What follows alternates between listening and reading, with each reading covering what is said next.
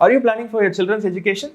Whether it's an undergraduate degree in India or a postgraduate course from an IIM or an IIT or even a dream university abroad, one thing's for sure, quality education isn't light on the wallet. But here's the good news. With the right planning, you can make it happen without draining your savings or taking on overwhelming amount of debt. In this video, we're breaking down how much you might actually need and the smartest ways to fund your higher education, both in India and overseas. And wait until the end, there's a bonus tip that most people forget about. This will make it so much easier on your wallet and will make sure that your abroad education dreams come true. Now, let's start with what most people want. Higher education in India, both at the undergraduate and the postgraduate level.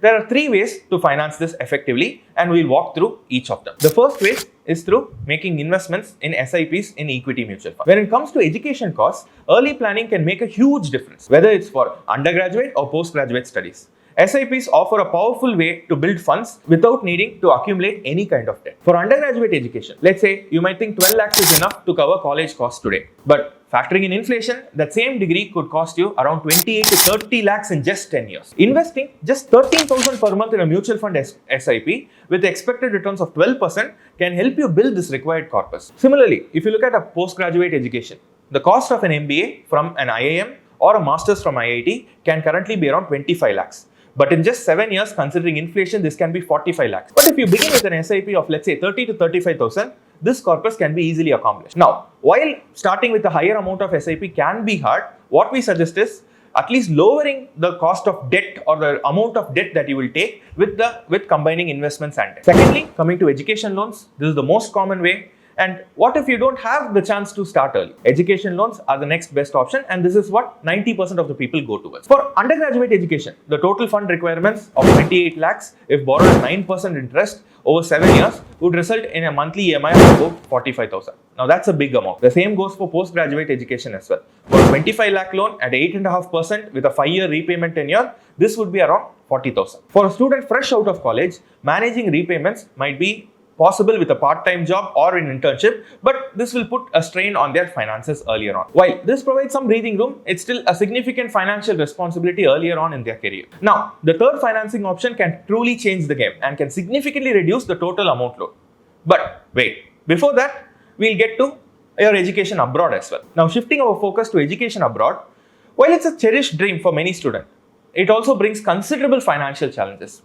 With things like tuition fee, living expenses, travel and everything in between, the cost can slowly add up to 50 to 60 lakhs or even further. So, what is the right approach to make? Again, it starts with what you can build. If you begin, let's say 5 years in advance, a monthly SIP of 25,000 at 12% interest can grow to around 20 lakhs. Now, this is not the entire fee, but this can significantly lighten the load that is taken by taking an education loan. But however, to bridge the gap, education loans become the next step.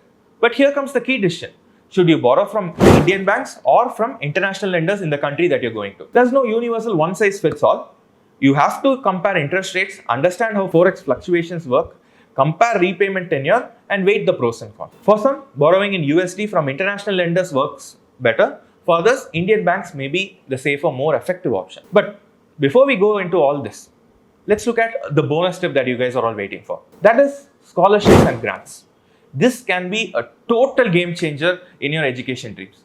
Many students ignore this, but university fee waivers, government grants, and private trust scholarships can cut a huge chunk of your final budget. And do you guys want to know the best part?